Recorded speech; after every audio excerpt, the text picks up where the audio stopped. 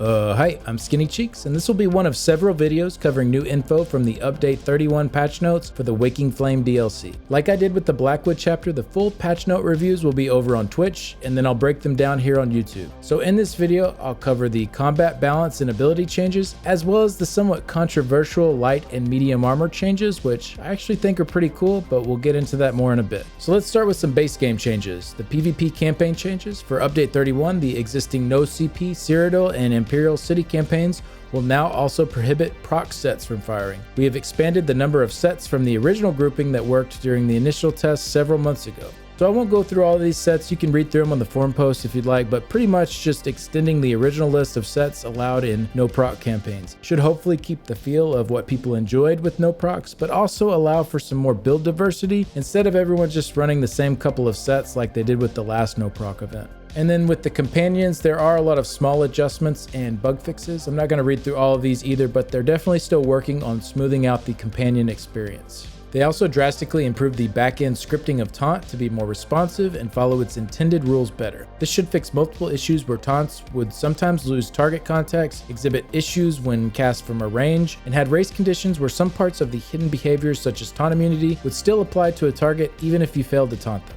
Updated Break Free to follow a more consistent cost rule when compared to other abilities. This will reduce situations where it could desync your stamina bar when using, as well as improving the response time and validating if you have enough resources to cast it. Many bonuses that reduce its cost have also been changed to be handled naturally by the server rather than as an ability, to speed up validation in cases when you are using many of them. Alright, this next one here, I've seen a few people talking about, a little bit controversial. They increased the damage taken reduction from the Battle Spirit passive to 55% up from 44%. Developer comment here is, after the recent adjustments to base character stats, champion points, and item set scaling, we've seen a significant shift in the meta in ways that we wanted in many cases. In other areas, primarily burst damage and overall time to kill, we've seen a radical shift to something that's dangerously low. In efforts to expand the window of time to kill, we're upping the effective base player damage reduction from 50% to 60%. Remember that players naturally take 10% less damage now, which is why Battle Spirit was reduced to 44% to preserve the original 50%, to make up for the added stats all characters have, especially in no CP environments. So as I said, this one has been a little controversial, especially when paired with one of the other changes that we'll get into a bit later. The PvP community definitely seems a bit worried that they've gone a bit too far in the other direction with adding in more tankiness. I don't want to even pretend that I have my head wrapped around the whole meta for that, so I won't comment too much further on this particular aspect of it, but it will be interesting to see how it plays out. The following passives and player abilities now grant hybrid stats to help improve their viability and accessibility to off-meta builds because we love them too. Aww. Agility. This is the medium armor skill line passive. It now grants equal weapon and spell damage. Balanced Warrior. This is the Templar passive. This now grants 1320 armor instead of 2640 spell resistance, and it now grants equal weapon and spell damage values, so 6% of each. Brutal Carnage. This is the secondary effect you get from the Pounce on a Werewolf. This now grants equal weapon and spell damage values. Concentration is one of the light armor passives. This now grants equal offensive penetration, so both physical and spell penetration. Dexterity is one of the medium armor passives. This now grants critical damage and healing done per piece worn up to 2% rather than weapon critical. So this is the one I've seen a lot of people complain about. Let me get through the rest of these real quick and then we'll come back to this dexterity one. Flawless Dawnbreaker now grants equal weapon and spell damage values. This is pretty cool and lets magic users have another option for an ult to cast like stamina users do. Prodigy. This is the light armor skill line passive. It now grants equal critical chance, so both weapon and spell crit on this now. Savage Strength is one of the werewolf passives, now grants equal weapon and spell damage values. Scaled Armor, this is the Dragonite passive, now grants 1650 armor rather than 3300 spell resistance. And then Slayer is the Fighters Guild passive, now grants equal weapon and spell damage values. This will be really interesting to see if some Magicka builds start trying to squeeze some of these Fighters Guild abilities on their bar here and there. Okay, let's go back to that dexterity passive. Like I said, this one has seen a lot of criticism, so I wanted to stop and talk about it for a second. Previously, we got 1% weapon crit chance for each piece of medium armor. Now we're getting 2% crit damage and healing for each piece. So in a 7 medium build, we'd go from 7% crit chance, and now we'll be getting 14% crit damage instead. From a PvE perspective, our crit chance is high enough in many endgame builds to where this actually ends up as a small buff. I can see some PvP scenarios where your crit chance is really low already. This could be a nerf, but to those worried about medium armor in PvE, there's really no need to. I think we'll likely see a lot of stamina builds go with 6 medium and 1 light piece, or if you've got your pin fully covered from debuffs, you'll just go with the standard 7 medium still. And I already did a little bit of testing on the PTS on my Stamplar, and even without wearing a crit chance set, I'm doing Deadly Strike plus Reliquant here, I'm still at higher DPS than I was in the previous patch. So for those of you that are using a crit set like Advancing Yokita, Leviathan, or Zogven, this medium armor change will likely be a buff for you. Just wanted to cover that real quick, as I saw some people were a little worried that medium got a big nerf to it, and I don't really think it did. They also made some changes to stealth. I did already cover this in a previous video where we went through their combat preview, so if you're interested in that discussion, you can check it out there. Alright, now let's go through the class changes. So for Dragonite, not really anything here, just a couple of bug fixes. So I'm still hoping for some stam DK changes to make them feel a little better. Doesn't look like Waking Flame is going to be their patch though. For Necromancers, the Unnerving Boneyard fixed an issue where this morph's damage was not considered an AoE attack, so this should help with some stuff like maybe what CP you have slotted and other bonuses that buff AoE attacks. And then Flame Skull, the bonus damage from this ability in Morph's third cast has now been built into their damage coefficients rather than as a bonus modifier effect. This will clean up some calculation errors that result in less damage than intended when stacking multiple bonuses. Not a lot here either, but those that are using Skull as a spammable should notice a little bit of an increase in damage from it. Not much here on Nightblade either. Shadow Cloak fixed an issue where this ability and Morph's protections could work even if the attacker had a detection potion active. And then for Sorcerer, Stormcalling, Overload, light attacks from this ultimate and Morphs now break stealth when cast. There's nothing sneaky about lobbing giant bolts of lightning at your foes. Alright, then for Templar, we actually had some pretty juicy changes here. So under the Dawn's Wrath line, Backlash, this ability and its morphs, so Purifying Light and Power of the Light, now retain 50% of the damage you dealt to the target, up from 20%, to help be more reliable in player versus player encounters. The Final Explosion now scales off your spell or weapon damage depending on the morph, rather than magicka or stamina. The Final Explosion now also scales with both positive and negative bonuses, rather than only negative ones. Haha, Backlash, go boom. So previously, this skill is in a pretty rough spot, especially on Stamina Templar. This ability only scaled with your max stamina or magicka depending on your morph, and therefore didn't increase with things like Bloodthirsty and felt pretty weak, particularly further along into the fight. This skill should be dealing really great damage now. And then Radiant Destruction fixed an issue where both morphs of this ability had scaling coefficients with less significant figures than intended, resulting in some very minor lost damage. And then the Radiant Oppression morph, this morph no longer increases the damage done of the ability based on your current magicka, but instead increases the damage scaling of the Execute multiplier to 500%. This should retain roughly the overall maximum power of the morph, but with far less micromanagement. This should help Magplars get a little more out of their beam without that weird interaction where they deal a little bit less damage based on their current magicka levels. These changes, coupled with Magplars also getting that 6% spell damage from their Balanced Warrior passive we discussed earlier, make for some really nice overall buffs to Templars. For Wardens, Accelerated Growth, this passive now grants Major Mending for 4 seconds on proc, up from 3 seconds. Winter's Embrace, Frozen Gate, this ability and its morph's traps now lasts 15 seconds rather than 30 seconds. Fixed an issue where in some cases these abilities could remove themselves before the timer ran out. Not really a lot to discuss here. I think some PvP players were not happy with the Major Mending being extended from 3 to 4 seconds, but that's outside of my jurisdiction. Then the Frozen Gate is a trend we'll see with a couple of other long-lasting abilities. Shouldn't really affect too much though. Alright, now we'll cover the weapon skills, some really juicy stuff here. For the Ancient Knowledge passive, this now better discerns what is an AoE attack and what isn't with its bonus damage based on your staff type. I know there were some skills that had weird interactions. I think Orb wasn't buffed by either an Inferno or a Lightning Staff, so just some weird stuff going on there, so good that they cleaned that up. And then they increased the bonuses of both the Inferno and Lightning Staff types to 10%, up from 8%, to help better match the power of Twin Blade and Blunt or the heavy weapons passives. So this is a really nice change overall, should help distinguish a little more in the uses of Inferno versus Lightning versus daggers. I think in pure melee situations where you don't have to go ranged at all, daggers should still probably squeak out a little bit ahead of a fire staff, but the gap should be smaller. And as usual, if you need to be ranged at all, even for a small portion of the fight, as a Magicka user, you want to go staves all the way.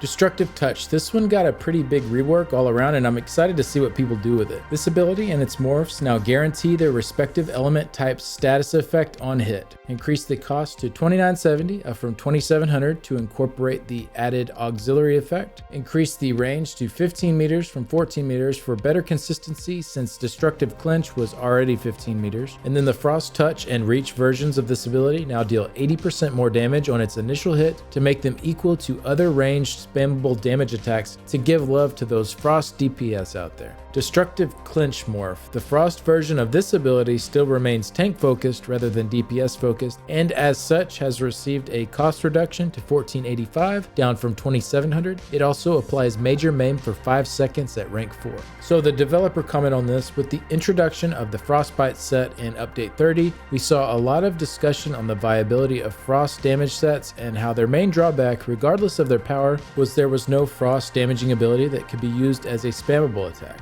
Rather than bloating those sets further, we've decided to let Frost Touch and its morphs stand out. Frost Touch and Reach now deal ranged spammable damage on initial hit. Additionally, Frost Clinch has been missing the mark for being a viable taunt compared to Puncture or Inner Fire, so we decided to amp it up by introducing a source of on-demand Major Maim while also reducing the cost. The changes to this base ability also help to gain a form of on-demand Minor Brittle, helping both DPS and tanks out regardless of the morph. Okay, so a lot to unpack here. Guaranteed status effects on all 3 versions, which is pretty cool. The Frost Spammable sounds really great, especially since it will allow you to guarantee that chilled proc on each cast, which in turn guarantees Brittle, since you will be on an ice staff. It also leaves behind a small dot as well, so it should be really nice for those rotations that don't have a ton of time for spammables. I'm thinking similar to how the Master's Dual Wield works, where you pretty much have a spammable that also leaves a nice dot behind. Really cool. And then tanks now have on-demand Major Maim, not from a gear set. Really excited to see what comes out of these changes. Moving on to some other Destruction staff line changes. Elemental Force. This passive now properly states it affects all status effect chances rather than only elemental status effects. So this is pretty cool. I didn't realize that having a staff gave you increased chances for all of the physical types of statuses too. So it's nice that they've cleaned up the tooltip here to show that that's what it does. Just another little more hybrid-y type crossover here, which I really like. Force Shock. This ability and its morphs can now once again be reflected. Once upon a time, a special rule was made for these abilities to not be, as it interacted poorly with charge-based reflect skills such as Yield reflective scales, which have been clipped. Therefore, this behavior is irrelevant and inconsistent. And then Wall of Elements fixed an issue where Wall of Fire and Morph's bonuses damage against burning targets didn't work past 9 seconds, meaning the final 5 seconds of Blockade of Fire could not benefit from it. So this is a pretty nice fix / buff for the less commonly used morph of Wall of Elements. I still think the unstable version will see a lot more use for DPS, especially with its great utility as an AoE spammable, but this could be okay on some setups now that it's dealing the proper damage amount.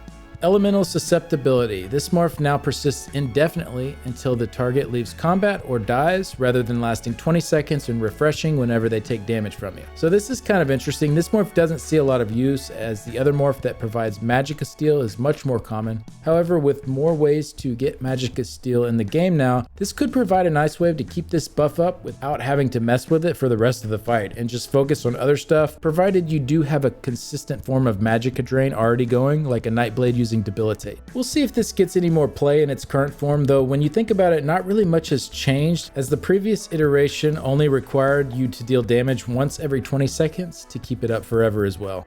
For dual wield, the Bloodthirst morph of Flurry, this morph now heals for up to 33% of the damage done per hit, rather than up to 63% of the final hit's damage done. This will result in slightly more healing effectiveness and more responsive healing as well. This is pretty nice. It'll function more like Magplar's Puncturing Sweep now, where you're getting constant healing throughout. I like it. And then for the Resto staff, Absorb, this passive now procs on any successful block rather than only against spells, which was already a half-truth as it procced on plenty of non-spells as well. Increase the restore to 600 magicka on proc, up from 540. This passive now has a 250 millisecond internal cooldown. So this is kind of interesting from a design standpoint. Blocking with the sword and shield or an ice staff provides extra mitigation, while blocking with the Resto staff will give you back magicka. Pretty cool that it now works with any type of blocking, so if your mitigation is high enough, this could be a great way to help sustain your magicka pool.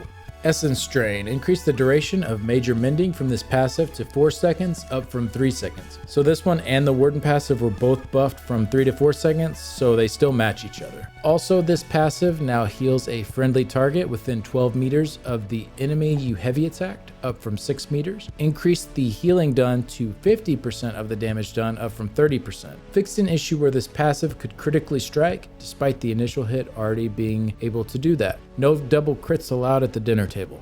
This has been something they've adjusted with other abilities as well. If the initial damage portion crits, you're essentially already getting a crit heal, so having it crit again doesn't really make sense. And then just some bug fixes with the Life Giver morph of the Resto Staff Ultimate. For the two-handed line, Cleave got a pretty big rework. This ability and the Carve morph now apply a damage shield on you when cast equal to the scaling coefficients of the initial hit. Note, it does not grant a shield based on damage done. Increase the cost of all versions to 3510, up from 3240. Adjusted the area of all versions to hit in a 300-degree arc with a 5-meter radius rather than a 140-degree arc with a 7-meter radius to better line up with the attack's visual appearances and make it more clear which attacks should land and which should not. Brawler increased the base size of this morph's damage shield by approximately 7% to ensure it matches the others. Carve, the bleed from this morph can now stack up to 3 times. Blood for the Blood God. So the developer comment says, Brawler is currently the clear winner in terms of morph options as it scales far more effectively in power per target. This paired with the fact that melee builds require staying power make the defensive option the clear winner, but makes Carve feel weak no matter how high the damage could be adjusted. By adding a baseline shield to these abilities, we hope to see more active choice between the morphs. Will you let the blood flow for you and your enemy, or staunchly stand in their faces? So this one is pretty interesting. The stacking of 3 times on the Carve bleed could actually be kept up indefinitely as long as you don't let the skill run out. So essentially cast it a minimum of every 9 seconds instead of 10. It is an incredibly strong dot at 3 stacks though. With it now having a base shield as well, I can definitely see this morph getting some more use in PvE now. As far as the change in the size of the range that it covers, I don't know how I feel about it yet. I'll have to mess around with it some and get a good feel for it. It should cover just slightly more area now, but in a different shape. You'll really want to be up in the ad pack, sort of similar to how you would be with something like Pulsar. So I'm excited to check this one out as well though. For Vampire, Vampiric Drain got a little buff. This ability and its morphs now heal for 25% of your missing health per tick, up from 23%. The morphs also no longer rank up in 1.1% per damage done per rank, and now rank up in morphed effects. Exhilaration Drain, this morph now ranks up 1 additional ultimate per rank, which will be 5 at rank 4, up from 4. And then Drain Vigor, this morph now grants 1% missing stamina per rank, which ends at 10% at rank 4, up from 5%. So both morphs buffed. The Exhilaration one will give you 5 ultimate now per tick instead of 4, and then the Drain Vigor will give you 10% stamina per tick instead of 5%. For the Fighter's Guild, Expert Hunter, so mostly some stealth tracking changes, but then the one for Skilled Tracker is pretty interesting. This passive now increases your damage with Fighter's Guild abilities by 10% and an additional 10% against player werewolves and vampires, rather than increasing your damage done with Fighter's Guild abilities by 20% against any undead, danger, or werewolf. So a little less damage from your Fighter's Guild abilities in PvE against those undead types, but actually a little buff for all other encounters. 10% extra damage from them that we weren't getting before. It's pretty nice. And then Trap Beast and Fire Rune got the same treatment that the Warden Frozen Gates did. And Mage Light also got its stealth detection boosted a little like Expert Hunter. For the Psijic order, Deliberation, this passive no longer grants major protection and instead applies a unique 30% damage mitigation to get this passive's power back to where it was meant to be. So this is when you are channeling a Psijic ability, so if you're casting Channel Acceleration or Meditate. And then Imbue Weapon, Crushing Weapon, this morph now applies major breach to the target hit for 6 seconds rather than healing for 25% of the damage caused to help ensure the thing being crushed wasn't your dreams. Yeah, the heal in this one wasn't too good, so this could be an interesting way to get breach now on some classes if Caltrops ain't yo thing.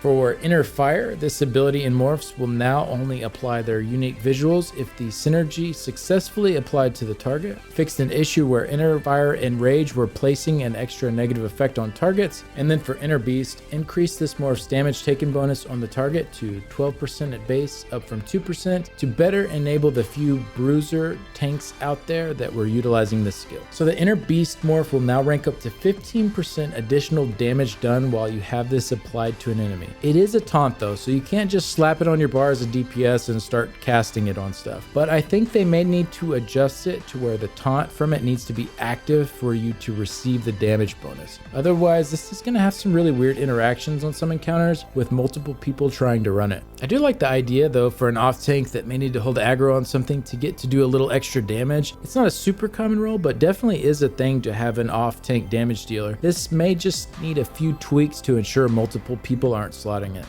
Alright, moving on, Magicka Detonation got a little rework in the way that it scales up. So they reduced the base damage of this ability and its morphs by approximately 60%, but increased the scaling per target to 100%, up from 25%. The abilities will now deal less damage than a normal AoE spammable until it hits 3 or more targets. And then they updated the tooltip to state that the scaling works on the initial target as well. This should reduce the potency of the skill against smaller groups while still retaining its high damage against larger ones. So I put a little example chart together here. The base value chosen is just random. It doesn't really matter. I just did it to show how the old and new versions of this skill will stack up to each other. So up until 4 enemies hit, the new version will be weaker than the old and not worth casting at all until you are hitting at least 3 enemies, since that is where they said it moves into standard AoE spammable range. But at 4 enemies, it does match that old version, and then beyond that, it actually becomes even more powerful than before, and it keeps pulling out further and further ahead the more enemies you hit. At 10 enemies hit, it is about a 25% increase from the previous version. I really like this change because it was kind of dumb how hard bombs could hit even only against 1 or 2 people, so I think this is pretty sweet, and bombers are going to get some really nasty ticks from this against large groups of enemies. And also in PvE, it should be a nice little buff on certain ad waves as well.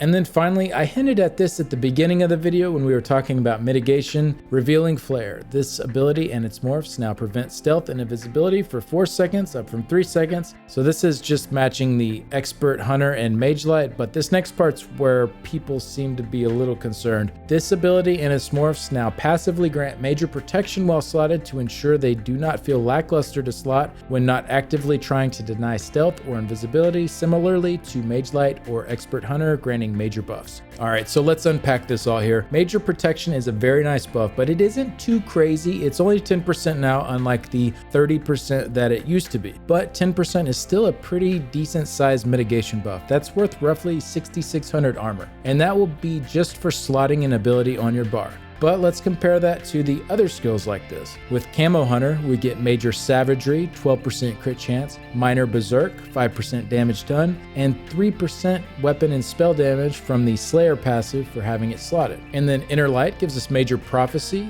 12% spell crit. We get 7% max Magicka, 5% from the skill and 2% from the skill line passive, and 2% Magicka recovery. And now we have to compare these to Revealing Flare, which you get 10% Magicka recovery from the support line passive and 10% damage mitigation from major protection. So when you just compare what you get for each of these special slotted skills, I don't really think it looks that out of line. I do think there are a couple of things that make it seem overpowered. For one, the current sources of major protection. It isn't nearly as easy to get when comparing to the other big buffs like Major Prophecy or Savagery that you get on the other 2 skills. So if major protection was a lot more common from other sources, it probably wouldn't seem as out of line here. So now having it on Revealing Flare seems odd because it stands out as too easy compared to the other sources. And then I think also paired with the extra mitigation that they already added in this patch to Battle Spirit, it may be a little too much done all at once. And I won't be covering in this video, but there are also some new slottable CP nodes that increase mitigation even further as well. So maybe the Battle Spirit mitigation or Revealing Flare on their own would have been okay, but all of this added together, we're starting to get really tanky without needing much investment into tankiness. So again, I don't think major protection being tied to a skill is necessarily out of line based on what we get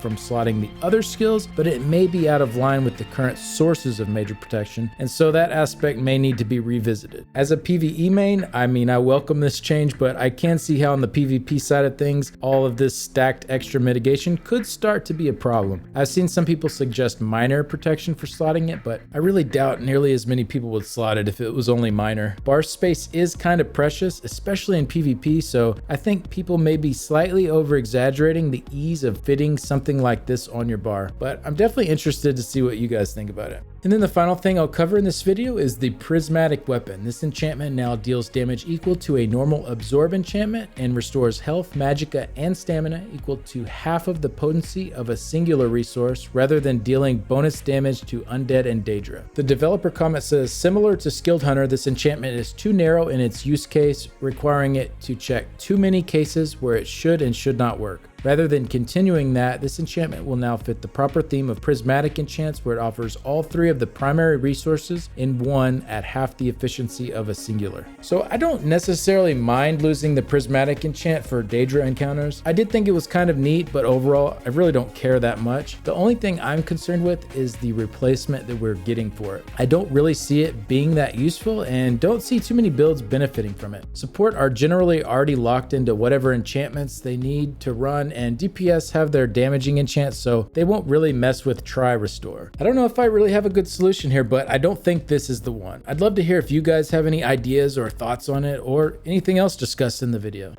I hope I presented this all in an easy to understand format and maybe alleviated some worry about some of the things I've seen people a little upset about. I want to give a big thanks to my current Patreon supporters. If you'd like to see how you can help support the channel through Patreon, I'll have a link in the description below. And a special thanks to Nicholas, Simon, Privy League Guild on PlayStation's EU server, Cougar's Bay in the Cougar Town Guild, Gandalf Legris, Strideg, and Delta. Thank you all so much for stopping by. I'll see you in the next one. Bye.